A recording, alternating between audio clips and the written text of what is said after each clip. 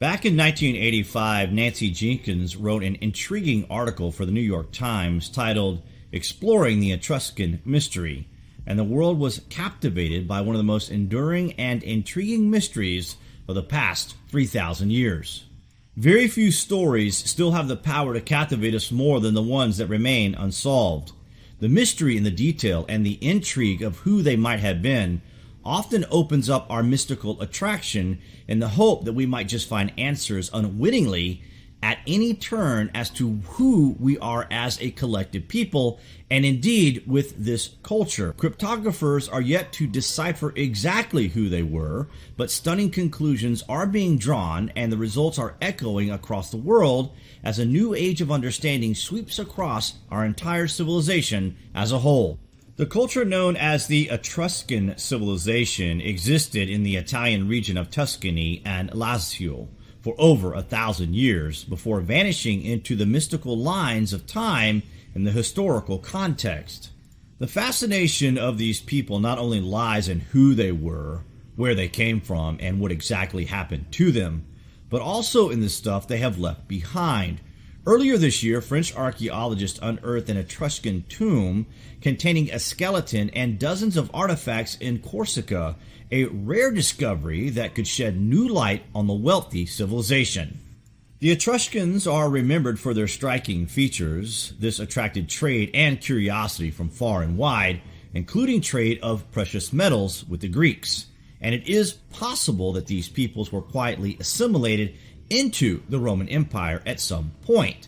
Later, we see an influence in the Roman Empire that is seen in this culture, though no clear consensus exists on the matter.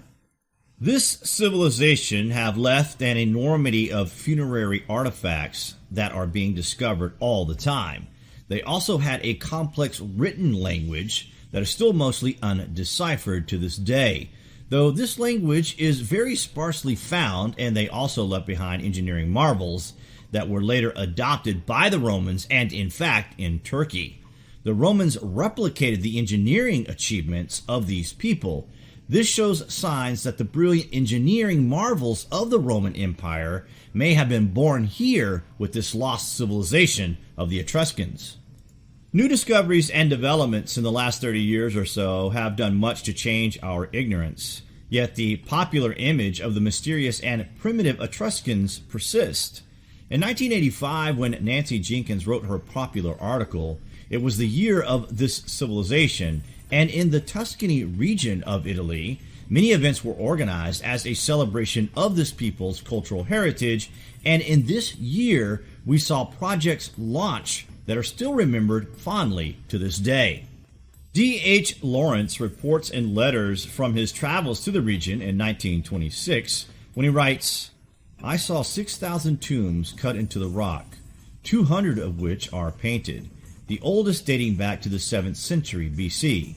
It is as if the current of some strong, different life swept through them, different from our shallow current today." Lawrence wrote, "As if they drew their vitality from different depths that we are denied." Their tombs were often elaborate structures, many-chambered and decorated with terracotta reliefs and vibrant wall paintings of balls and banquets, athletic contests, and mythological scenes. Along with a large terracotta sarcophagus and other valuable grave goods, these might include simple bronze votive figurines or extravagant gold jewelry, or ceramics in a variety of shapes and styles. They gave us the word person and invented a symbol of iron rule, which would later be adopted by the fascists, and some even argue it was they who really molded Roman civilization. Yet, the Etruscans have long been among the great enigmas of antiquity.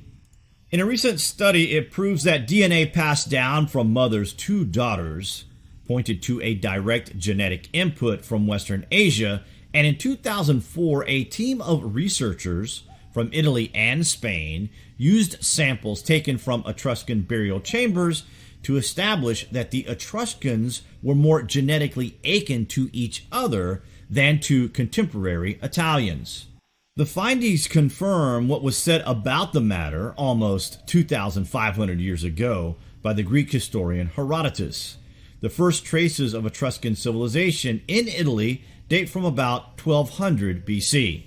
About 7.5 centuries later, Herodotus wrote that after the Lydians had undergone a period of severe deprivation in western Anatolia, their king divided the people into two groups and made them draw lots, so that the one group should remain and the other leave the country. He himself was to be the head of those who drew the lot to remain there, and his son was one of those who departed. In 2008, a local resident named Salvatore Foschi rediscovered a monumental pyramid-shaped altar in the region. The enormous Peperino rock was hidden by vegetation on the slopes of a deep canyon and was only discovered for the first time in the 1990s by two local archaeologists who didn't go on to excavate the site, only mentioning it existed and would later be found by the local resident. The pyramid is believed to be an altar dating back to the 7th century BC, thought to have been used by the Etruscan soothsayers who practiced divination by inspecting the entrails of sacrificed animals. The art of divination was a key element to the Etrusca disciplina, Etruscan religious scriptures, which had a significant influence later on in Roman culture. According to Columbia University's Advanced American Studies on Italian Culture, Daniela Maras, an Italian Academy Fellow, addresses the mystery of the Etruscans, which rests on three major issues attached to their perception by ancient authors: their inscrutable origins, their unparalleled language, and their peculiar religion. While he shows interest from ancient Greek sources and modern scholars, the features of Etruscan religious practices are a reoccurring motif of Latin literature. In fact, in the Roman world, the Etruscans enjoyed a long-lasting fame as clever seers, especially regarding their ability as haruspices, that is to say, priests able to read future events within the entrails of sacrifice. The foundation of this ancient religious tradition was the so-called Etrusca disciplina, a collection of original knowledge and perceptions which had been revealed, according to tradition, by the mythical child genie Tages at the very beginning of Etruscan history. For generation after generation, the haruspices handed down by the disciplina, writing new texts in order to modernize its contents, applications, and rituals to meet current cultural conditions. There is ample evidence that this steady scholarly work was still being carried on in the late Republican and early imperial periods, supplementing the corpus of Etruscan books, then in Latin translation.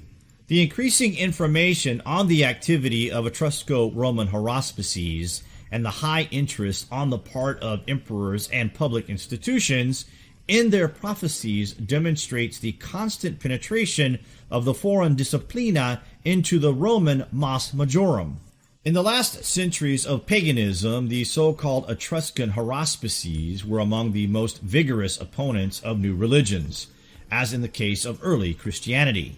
This caused a reaction on the part of the fathers of church, who blame Etruscan superstition with special regard to divination. Therefore, the last remains of independent Etruscan culture were eventually destined to vanish. The altar, which by the way echoes the Mayans in many fashionable details, is positioned toward the northwest, facing the direction of the Etruscan underworld gods in the heyday of this civilization. It must have represented a very important sacred site, though very little is known about it, and in fact, this lost civilization in general is a big mystery that is only now being uncovered and indeed their history rediscovered. The Etruscan pyramid at Bormazzo is the largest rock altar in Europe.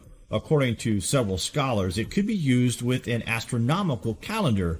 Astroarchaeology studies say the pyramid is linked to stars Sirius and Antares. When the discoverer of this place met this rock for the first time, he must have felt like those explorers who discovered temples and houses in the jungle. From his words emerges the story of an object hidden by large roots and vegetation that had to be removed with great care to permit the extraction of the rock. with much love and respect for the place. It has a magical charm which also fueled by the mystery that still surrounds this people, and all those who today come close to their artifacts do so with great respect. What do you guys think of this lost and great civilization? Comments below, and as always, thank you for watching.